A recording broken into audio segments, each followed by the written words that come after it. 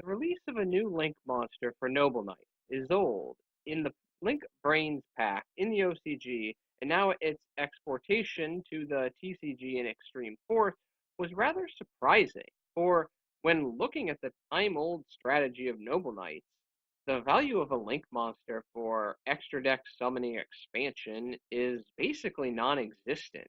There's little purpose to have multiple extra deck monsters on the field. Sure, it can help from now and again, but when reading the effect of Isolde, the news becomes more interesting slash perplexing, I guess, in a sense, because overall Isolde really does nothing to directly solve the problems of Noble Knights. It does not help their Blackwing problem, for if the normal summons get snuffed out, Noble Knights right now have very little follow-up, especially on turn 1, to actually make a secondary play. The need to run equip spells that, for the most part, outside of Destiny and Excaliburn, are really not that good in the first place for all of the, in a sense, inconsistency or brickiness they add to the deck, and does not help the general lacklusterness of the monsters from a standpoint of playmaking or raw power, largely predicated on the fact that, again, Noble Knights can't swarm the field. Noble Knights, in a sense, give rise to similarities to Six Samurai, especially the first generation Six Samurai, where if you could get a bunch of them on the field, then you've got something.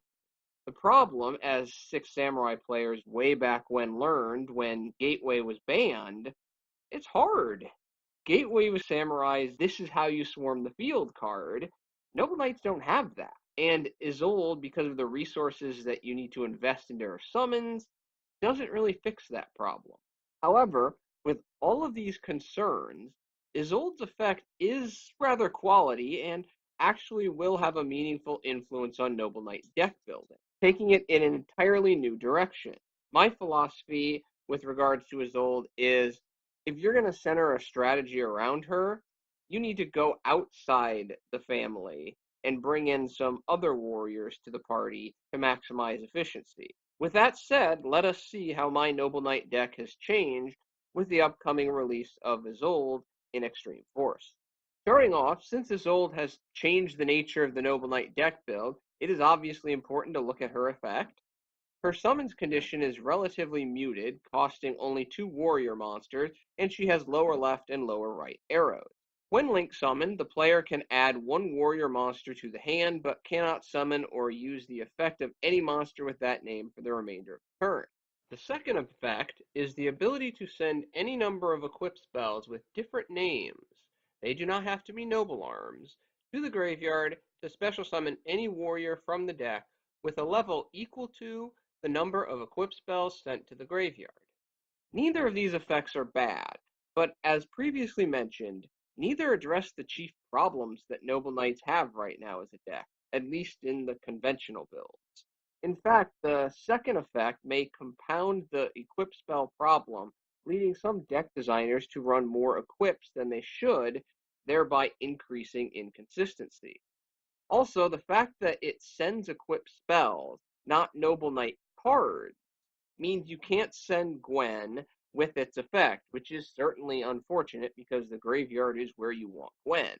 Also, Lady of the Lake, unfortunately, again, is not a warrior monster, so no summoning her with Isolde's effect. One must use a card like Dawn Knight instead to set up Lady of the Lake. Overall, the sad nature of Isolde in Noble Knights is, while she definitely increases the go first play potential of the deck, she does basically nothing, if not producing some small level of detriment to the go second play potential of the deck, at least, again, from a conventional sense. Overall, my goal with this build is to maximize the summoning potential of Isolde, regardless of whether or not I'm going first or second. Starting with the Noble Knight monsters first, 3 copies of Medraut is still standard and staple due to its ability to summon a second Noble Knight when by himself with only an equipped spell available, ensuring versatility and efficiency, leading to either an XZ play or Isolde. Medraut is pretty much always good, beginning game, middle game, end game. Also, his normal light monster standing, when not equipped, allows him to trigger Gawayn's innate special summons effect. However, while Medraut remains at 3 copies, With Isolde's search ability and her equip to grave summons ability, Boars, which was once a staple at 3 copies, has fallen to a single copy for me because his principal role was dumping equips to the graveyard for future XZ plays. But now that dumping competes with Isolde's effect, and if the primary motive of the deck is to get Isolde on the field as fast as possible, Boars is going to have very little to do. 1 copy can still be useful, but multiple copies tend to be inefficient. 3 copies of the aforementioned Gawayn are now pretty much staple in an Isolde-centric deck because of its ability to innately special summon itself when an unequipped Medraut or Boars is on the field, or if Gwalchavad is also on the field, regardless of whether it's equipped, setting up an Isolde summons rather effectively and easily. Now, of course, the problem with Gawayn is the infamous Blackwing issue. If I summon Medraut, my opponent bounces it with a firewall or destroys it with Sleeper, well, then that Gawayn in my hand is kind of worthless. Speaking of Gwalchavad, though, I run 1 copies as a trigger for Gawayn's effect, as well as a means to recycle Noble Knights from the graveyard. I also run 3 copies of Brothers, which has become standard in Isolde-centric decks due to its ability to summon multiple Noble Knights from hand, in addition to its return to deck effect, which allows multiple uses of Isolde's summons effect, because running an excess of equips to naturally multi-trigger her effect is just asking for a brick hand. So obviously, if you want to use Isolde's effect more than once, you need Brothers to recycle those equips back to the deck. Finally, closing out the Noble Knight monsters, I run 1 copy of Eachtar for its innate special summoning ability, which is significantly augmented in this deck due to both the fact that you can now search for it with Isolde, and Isolde is typically going to put 1, maybe even 2 Noble Knights in the graveyard to set up Eachtar's special summon ability either next turn, or if you didn't search for it, during the current turn to expand playmaking. 1 copy of Laundsallyn for rank 5 plays and Gwen acquisition, 1 copy of Drystan for its card destruction ability, 1 copy of Merlin for its search summoning ability, and 1 copy of Gwen. The problem with running multiple copies of Merlin is obviously first Ash Blossom, the fact that it costs the normal summon to use, and it has some annoying restrictions on its use, but the versatility is still valuable enough to warrant 1 copy in my opinion. But that Noble Knight monster only summoning restriction definitely can get in the way of some of those non-Noble Knight Warrior monsters you might want to put on the field to rapidly summon Isolde. For the Noble Knight direct support spells and traps, I run 2 copies of Destiny because it is still the best overall equip in my opinion. 1 copy of Caliburn, 2 copies of Excaliburn for its banish effect is further enhanced by Isolde, 1 copy of Gallatin, and 1 copy of, because I always have trouble pronouncing it, we'll just call him Artie. And believe it or not, 0 copies of Glory of the Noble Knights. Konami card designers have an, let's just say, interesting sense of humor. For Glory is a nice solid card for the deck. When it was first revealed, it was an automatic 3-copy card. But afterwards, they go and make Isolde, which has a lot of contradictory action with Glory, heavily limiting the overall value of Glory. Now, if Glory equipped from the deck or graveyard, it would have made much more sense. But nope, that's not the case. Therefore, with Isolde requiring equips with different names, really, Konami, they couldn't have been 1 name? I couldn't dump 2 Destinies or anything like that? No? Different names? You just have to clunk up the deck? Okay. Glory has become almost a liability in Isolde or bust deck builds because it takes up a deck spot that can be used for an equip spell that could ensure the viability or an increased probability of Isolde's deck summoning effect being live. Finally, I run 1 copy of Last Chapter of Noble Knights because while it is a solid revival card for the deck, it is not a strong first turn card, so you don't want to see it on the first turn. For the non-Noble Knight monsters, I run 3 monsters obviously centered around summoning Isolde as fast as possible, 3 copies of Super Quantum Red Layer, 2 copies of Photon Thrasher, and 3 copies of the old rank 4 XZ playmaking machine, Goblindbergh. Each of these choices have their strengths. Both Red Layer and Thrasher can special summon itself with no monsters in the field, regardless of the standing of the opponent's field, and Goblindbergh is commonly a one-card Isolde when normal summoned. Finally, I run one copy of Maxx. For those interested, Cyber Tutobon is also a possible option, for it can summon itself by tributing a warrior or fairy from the hand or the field, regardless of the opponent's field. Its level 5 standing is irrelevant relative to Isolde summoning.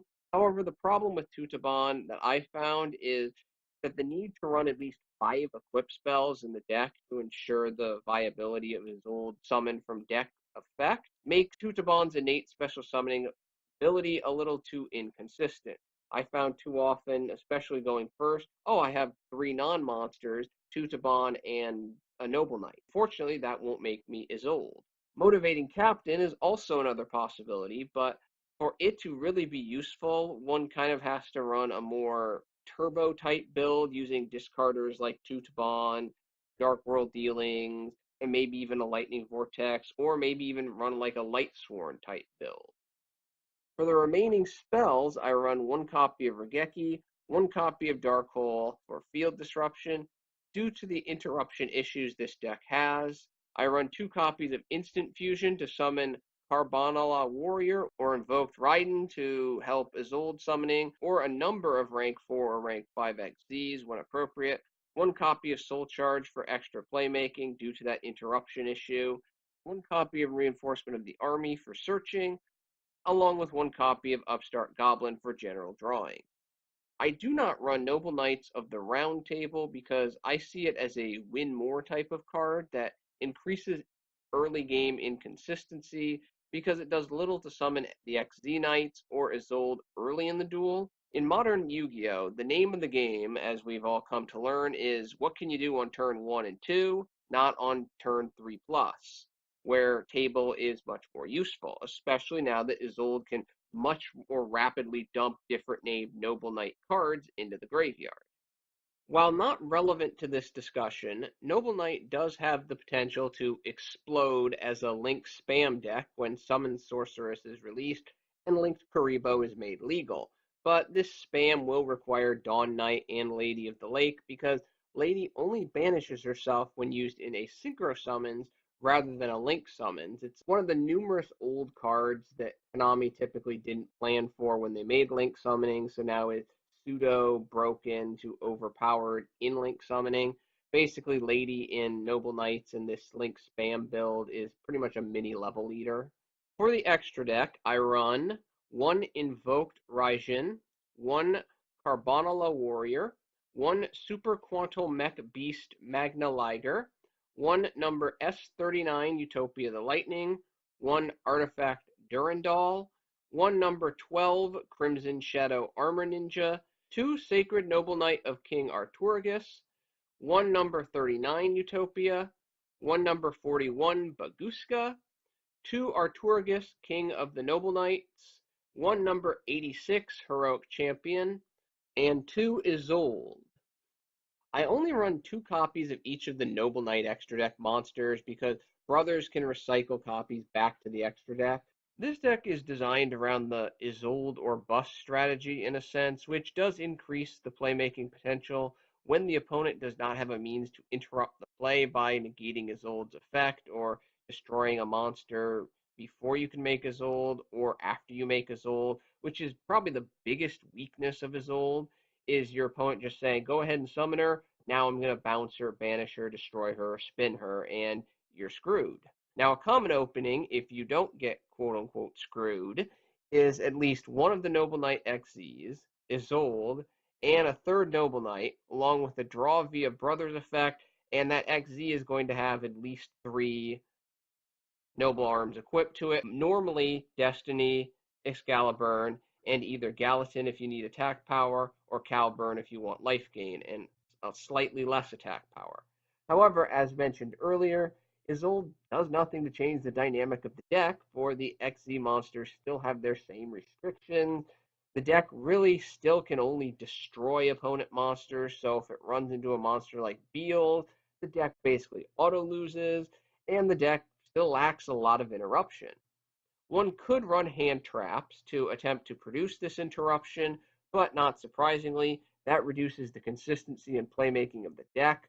Also, without any consistent OTK potential, hand traps for this type of deck seem to be less effective than other decks because you just can't stop your opponent's play for that one turn and spit out this insane board and say, well, good luck breaking this. Noble Knights, even with Isolde, until Summoner Sorceress comes along, spitting out that insane board is problematic. Overall, I would have preferred Noble Knights to have received another high quality level 4 monster to try to address some of these initial problems with the deck, Glory as they already received, and just another high quality Noble Arms card for, boy, they kind of need another good equip, rather than just getting Isolde and Glory, but well, I'm not a card designer. Overall, can this deck compete? The answer is yes, because as previously mentioned, Isolde really does make Noble Knights have a much better first turn, but the Isolde or bust strategy, both with this particular build and the archetype in general, can have huge problems going second. And that's the unfortunate standpoint of where the deck kind of sits now. Well, that is my updated Noble Knight deck. Thank you for your attention and your time. I'm out.